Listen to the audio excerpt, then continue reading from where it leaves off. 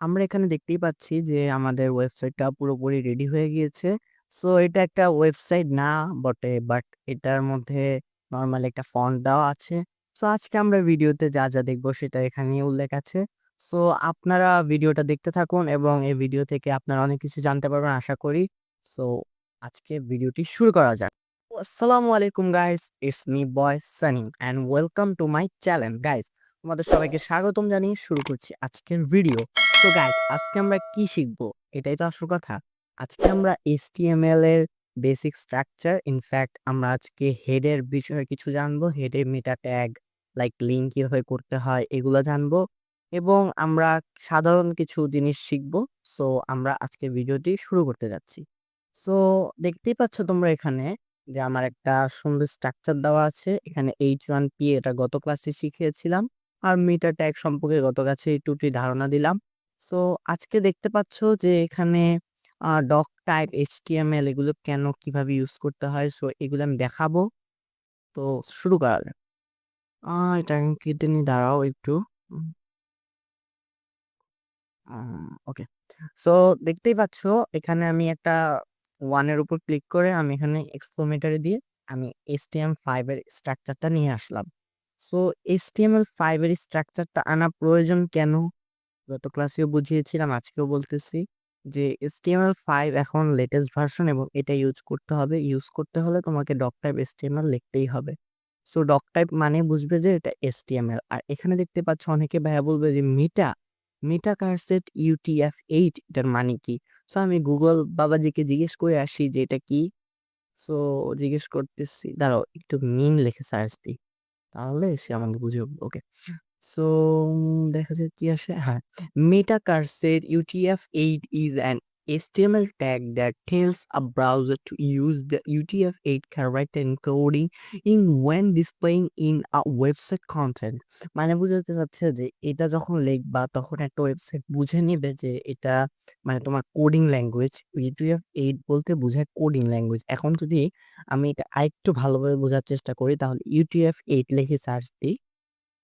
উইকিপিডিয়াতে দেখতে পাচ্ছি UTF-8 বলতে যা আছে। তো আমি তোমাদেরকে যা বলেছি এখানে কিন্তু তাই আছে। এখানে বাহিরের কিছু নাই। বাট এখানে একটু ভেঙে চুরে সবকিছু ভেঙে বোঝানো হয়েছে। সো তোমরা যদি একেবারে ভেঙে বুঝতে চাও তো এখান থেকে উইকিপিডিয়া থেকে পড়তে পারো। আর আরেকটু ভালো করে বোঝার জন্য UTF-8 in HTML লিখে সার্চ দিতে পারো। আ ইন HTML, হ্যাঁ। এটা লিখে সার্চ দিতে পারো তাহলেই তোমরা পেয়ে যাবে। সো দেখতেই পাচ্ছ এখানে লেখা আছে UTF-8 is a encoding, এটা তো পড়লামই কিছুক্ষণ আগে। ও ট্র্যাডিশনাল ASCII ক্যারেক্টার সেট, ঠিক আছে? So what is HTML, how to use it, এখানে সবকিছু লেখা আছে। তো মেটা ট্যাগের মাধ্যমে এটা ইউজ করতে হয়। আ এখানে আমি আশা করি তোমাদের আর বুঝার কিছু নেই। এটা দিবাই। এটা তুমি যখন মানে এক্সক্লেমেটরি চিহ্নটা দিবা তখনই এটা এসে পড়বে। সো এখানে এখন আমি মনে করি না আর বুঝার কিছু আছে। আমরা তার পরবর্তী ধাপে চলে যাওয়ার চেষ্টা করি এখন। আ আর আমি তোমাকে কিছু ডেমো ওয়েবসাইট দেখাবো যেটা আমি মেটাটেক ইউজ করছি। সো আমি এটা আমার ডেমো ওয়েবসাইট তোমাদের জন্যই আছে। তোমরা চাইলে এটা দেখে নিতে পারো। demo.santodakodar.com, এখানে আমি ওয়েবসাইটটা বানিয়েছি। তোমরা একটু মেটাট্যাগটা যদি আমরা দেখি Ctrl+U, বা এখানেও দেওয়া আছে। দেখতে পাচ্ছ এখানে মেটা ট্যাগ। ওই যে দুটো মেটা ট্যাগ।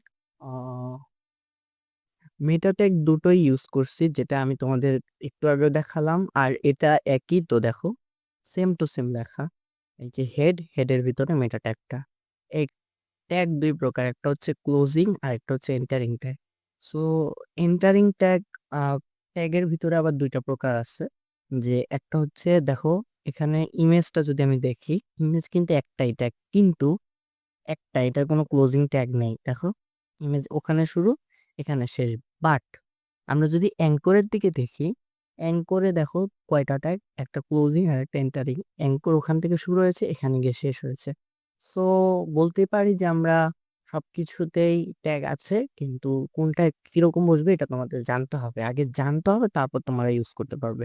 আর এই জায়গায় মেটা ট্যাগ যেটা তোমাদের দেখাতে চাচ্ছিলাম, এই যে মিটা UTF-8 এটা আমি লিখেছিলাম আর এটা তো লিখেছিলাম, এটা তোমাদের পরবর্তী একটু সময় একটু পর বুঝাচ্ছি। সো এখানে আশা করি বোঝার কিছু নেই। আমার ওয়েবসাইটটা যদি দেখো, আমার নিজস্ব পোর্টফোলিও ওয়েবসাইট। সেখানে মেটা ট্যাবের যে বিস্তারিত আলোচনা দেখবে তা দেখে তোমরা হয়তোবা বুঝতেই পারবে। দেখো আমি এখানে কত মেটা ট্যাগ আর লিঙ্ক ইউজ করেছি। সেটার মাধ্যমে আমার যে কত উপকার হয়েছে আমি একটু পরে তোমাদের দেখাচ্ছি। সো দেখতেই পাচ্ছ এখানে আমি কত মেটা ট্যাগ ইউজ করেছি। ১, ২, ৩, ৪, ৫, ৬, ৭, ৮, ৯, ১০, ১১, ১২, ১৩, ১৪ এটা আমি গুনতে পারব না। অনেকগুলা মেটা ট্যাগ। সো বাদ দাও এগুলো এত মেটা ট্যাগ গোনা অনেক কঠিন। আর মেটা ট্যাগের ফলে যে কি হয় এটা তোমাদেরকে আমি একটু দেখাই দাঁড়াও।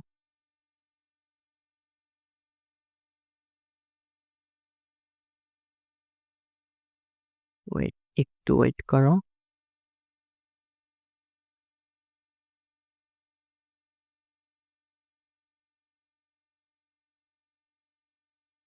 রিমেনিতে ঢুকে গেল কেন?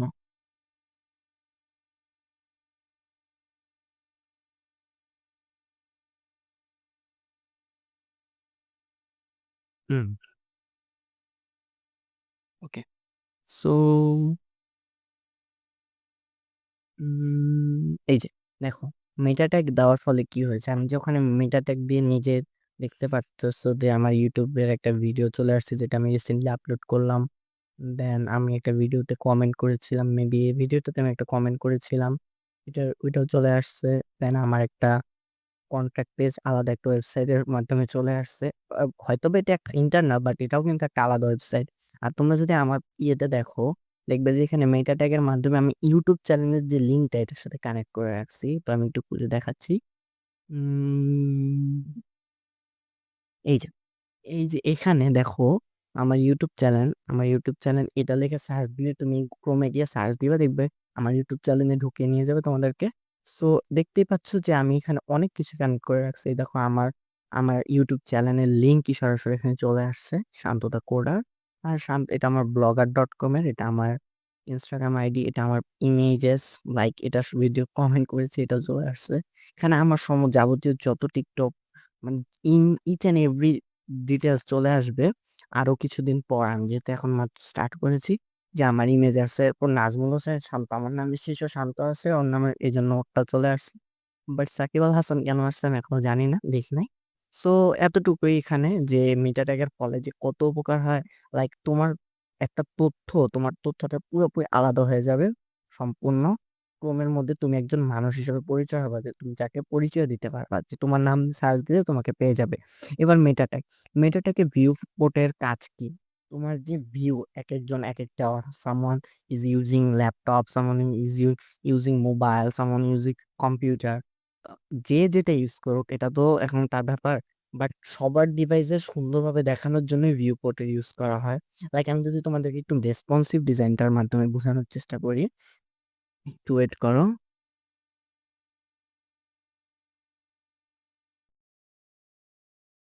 এই যে আইফোন 14 প্রো ম্যাক্স, এর আইফোন 14 প্রো ম্যাক্স দেখতে কিন্তু সেম টু সেম লাগবে। এই যে তুমি যদি বিশ্বাস না করতে চাও তুমি চেক করতে পারো, আমার ওয়েবসাইটটা লিখে সার্চ দিলে দেখবে এরকম চলে আসবে।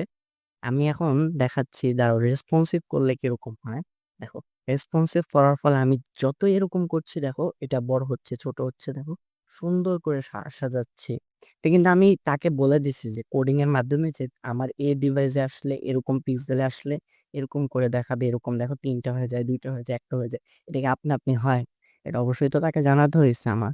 সো তার জন্যই সেটা এরকম হয়েছে। আমি যদি তোমাদেরকে একটু দেখাতে চাই, লাইক আমি তোমাদেরকে একটু বোঝাই। আচ্ছা, আমি যদি এখন তোমাদেরকে একটু দেখাই ভিউ পোর্টের যে কাজটা, আ তোমরা যদি একটু দেখো ভিউ পোর্টটা কি প্রত্যেকটা মোবাইল বা প্রত্যেকটা লাইক তোমার কাছে যেটাই থাকুক কম্পিউটার, মোবাইল, ল্যাপটপ যেটাই থাকুক, তুমি কিন্তু সেখানে তোমার নিজস্ব ওয়ে জিনিসটা দেখবা যে যতটুকু তোমার জিনিস ততটুকুর মতো তুমি ধরো একটা ভিডিও দেখতেছো, টিভিতে একরকম দেখবা, মোবাইলে একরকম দেখবা, সেটা একরকম। আর উইড হচ্ছে প্রত্যেকটা মোবাইলে যতটুকু দূরত্ব। আর ইনিশিয়াল স্কেল 1.0, এটা এত কিছু বোঝার কিছু নেই। এখন আমি টাইটেল দেবো, আজকে আমাদের মেইনলি টাইটেল হচ্ছে HTML basic course part 2। So আজকে আমাদের টাইটেল হচ্ছে পার্ট 2, টাই আজকে আমরা করব। সো আজকে আমরা যেগুলি দেখেছি তার উপরে আজকে করলাম। সো আমি এখন এটা টাইটেল দিয়ে দিচ্ছি, ওয়েট।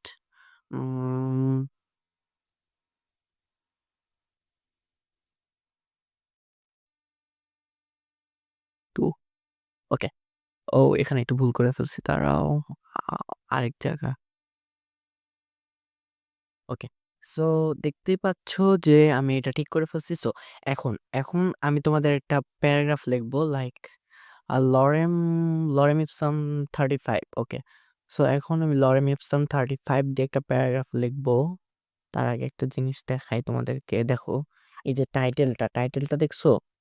সমান দেখছো? আমি এখানে যেটা লিখছি ওখানেও কিন্তু সেম টু সেমই আসছে।